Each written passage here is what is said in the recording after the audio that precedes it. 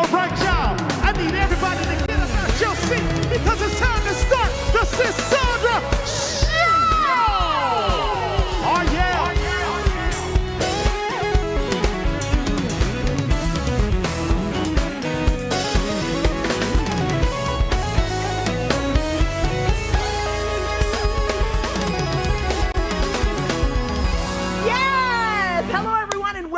Sisaundra Show. Y'all go ahead and get all comfy. Come on. Grab your bubbly beverage and let's get this show started.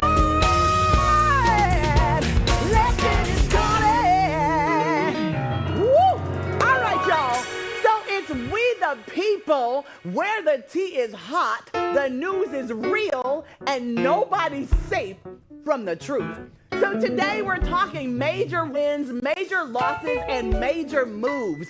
From Anthony Edwards putting the league on notice to Ryan Coogler flipping Hollywood's whole system. Y'all, the streets are loud. The headlines are louder. And we, the people, oh Lord, yeah. We're about to break it all the way down. So let's get into it. All right. So y'all, Ryan Coogler flips Hollywood's script from $200,000 in debt to flipping Hollywood on its head. Ryan Coogler just proved why betting on yourself hits different. His new movie, Sinners, dropped a massive $48 million opening weekend and originally pulled in $87 million worldwide.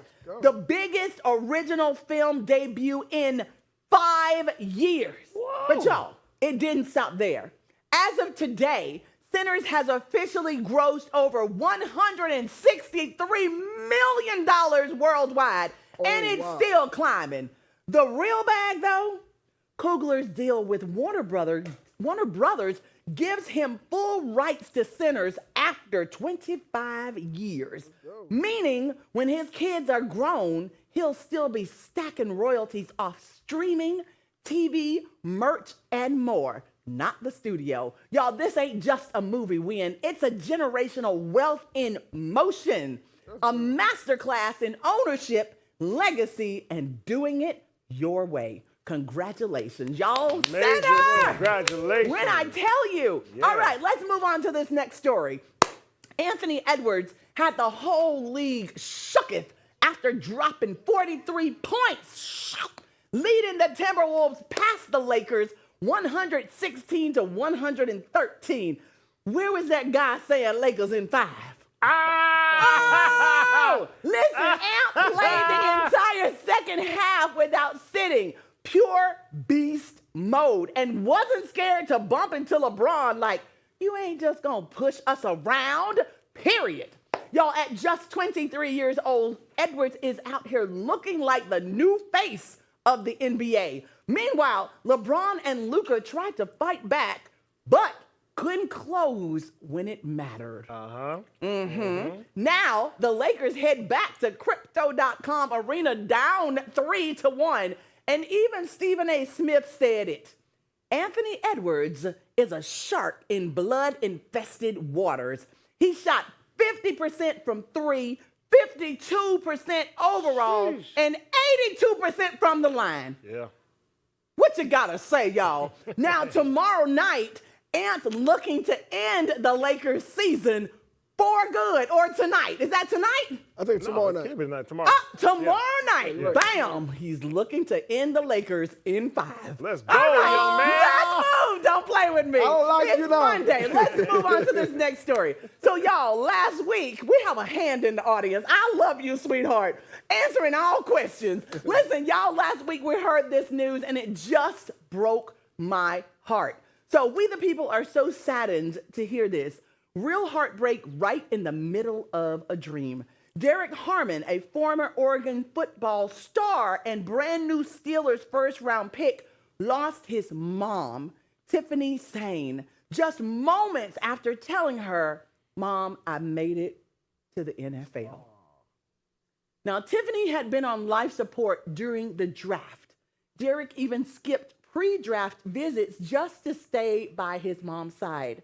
After he shared the news that he got drafted, she passed away. Y'all, he said that it was bittersweet. She worked just as hard as me to get me to this moment. Tiffany had been, I'm going to say Miss Tiffany, y'all. Miss Tiffany had been fighting hard ever since suffering a stroke back during Derek's freshman year at Michigan State. Even paralyzed, she still flew to the West Coast to see her baby ball out at Oregon. This wasn't just about getting drafted. This was a son living out the dream that they built together. Yeah. Prayers up for Derek Harmon and his family as they walk through both the highs and the heartbreaks of this life-changing moment. May God be with you. Right. Yes. All right, y'all, let's dive into today's guest. You know, sometimes life brings us to the darkest places: abuse, pain, loss, and moments where we don't even recognize ourselves. But what if those moments, those struggles, could be the very things that shape our greatest transformation? Today, we have a guest who turned her pain into purpose and built something incredible from the ashes. Let's dive into her journey of healing and empowerment. Y'all, please welcome to the Lavender Couch, Miss Ebony Tillery.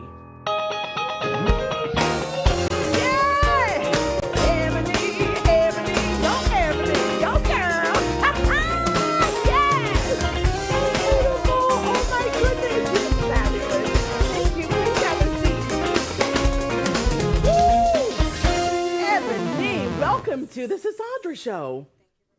It's an honor to have you here. When I tell you, you look fabulous. You got that memo.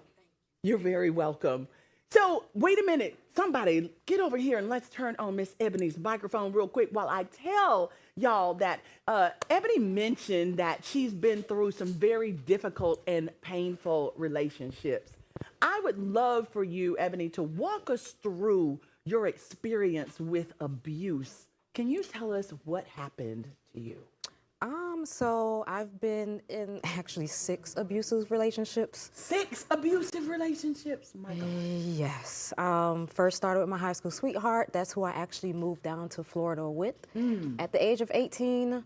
And I just feel like just me being away from family, he kind of took advantage of that.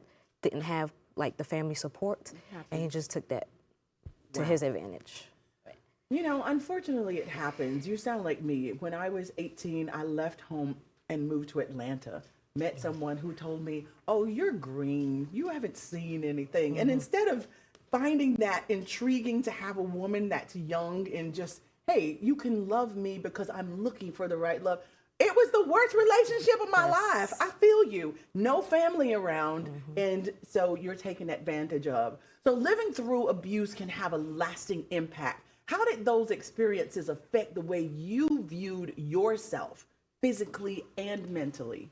I had to build my self-worth, which it's a healing process. It is. Still healing now. But it just made me realize that, you know, if and when in the future I do have a daughter, I do not want her to go through what I went through. Know your self-worth and know when to leave. Just leave. It may hurt, but if it happened once, it's going to happen again. It's so and again. true. So going through 6 abusive relationships, was there a moment in your life where you were just like, okay, what's going on, God? Is it me? Like, can I trust my decision making, or was there a trait in each person that was connecting them to each other that maybe you were attracted to a certain trait in these people?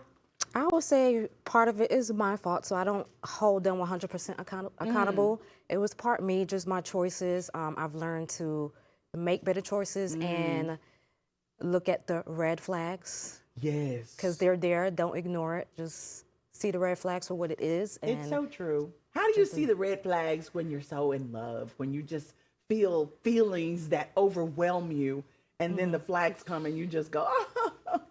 It may take 3, 4 relationships. It took me 6. Yes. Until I'm like, enough is enough. I feel I'm you. not. The first red flag, I'm out of there. I'm out. The first flag, and it's over. Yes. So what's your first red flag? If you notice this, I'm out. Because by now you have boundaries that you can clearly articulate to someone that's interested in you, right? Yes. If you don't have a great relationship with your mom, I'm out of there. Because if you can't respect your mom, you're not going to respect me. That's so strong, and it's so true. It's so true. So what were some of the triggers that stayed with you even after you left the abusive situations?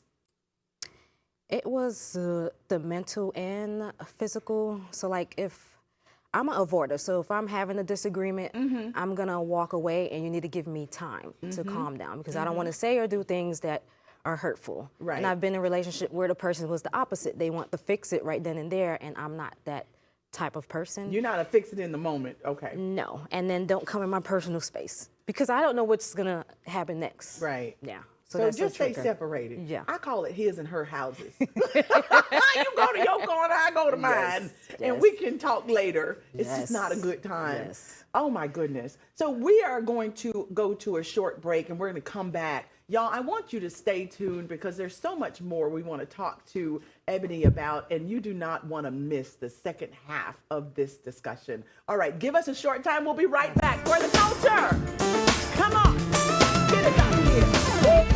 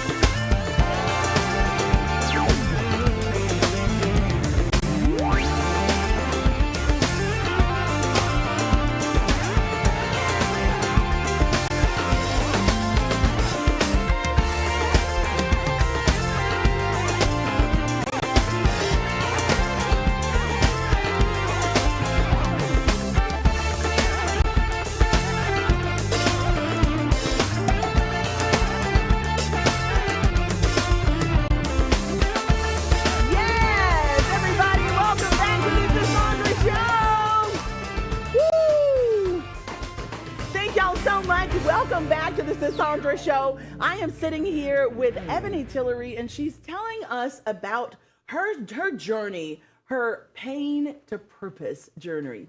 So as a woman, Ebony, who has been through so much, did you ever question your ability to succeed or whether you deserved happiness after everything you went through? Because you told us you went through 6 abusive relationships. And so in the end, how did that turn out? It was just lessons that God learned. was teaching me, yes. And I felt like I had to go through them to be where I'm at now, just so I can teach my son what to do, what not to do when he's in a relationship, and if I have a daughter, the same. You know what? I found myself doing the same. My eldest child is a male child. And after you go through so much, it's like, you know what? I'm going to prepare my son for a woman, and she's just going to love him so much because he's built from everything I don't want another woman to go through. Yeah. Did you find yourself kind of doing that? Definitely, and kind of like just thinking like, okay, I'm actively going through these abusive relationships with these men, and I'm raising a man. Yes. And I do not want him to grow up like any Treating, of them. exactly, Yeah, exactly. So after overcoming such significant challenges, how did you begin to rebuild your life and start focusing on your career? Put God first. Come on, amen. I love it. Yes, God first. I pray daily for strength. I have family and friends that ask me, Ebony, how do you do it? You do so much. Multiple times a day, I'm just asking the Lord for strength because it's a lot. I do a lot. It's a lot. I'm a single mom, so it's tough. It's tough. But you've built a thriving virtual weight loss clinic and found financial freedom by transitioning into a remote career. Yes. What was the most challenging part of stepping away from bedside nursing into building your own empire? The most challenging part was just not knowing when the next paycheck is going to come, because entrepreneurship is different. It's true. I'm a nurse used to working on the floor. We know we can pick up an extra shift if we want to go on vacation, pick up 2 shifts if we want a purse or a pair of shoes. But entrepreneurship, you don't know when that next check is going to be. You got to put in the work. It's so true. So that was a big change for me. So you were willing to do the work. What would you tell nurses looking to do what you're doing? I would tell them just start, don't overthink it, ask why you're in this situation and ask why you want to get out this situation and chase your why. Are those the 2 questions you asked yourself? Yep. And what is your why? My why is my baby, my son. Yes. Always. Forever. Always and forever. Because I don't want him to grow up wanting. I grew up in Brooklyn, in Brownsville, one of the toughest areas in Brooklyn, and I just had to get out of there. I left at 18 and just started my life, did not look back. I feel you. So the Nursepreneur Academy has been a game changer for so many nurse practitioners. Can you share what inspired you to create it? So what inspired me? COVID. So 2020, I had to leave my son with my mom and work 6 days straight, 1 day off, 12-hour shifts.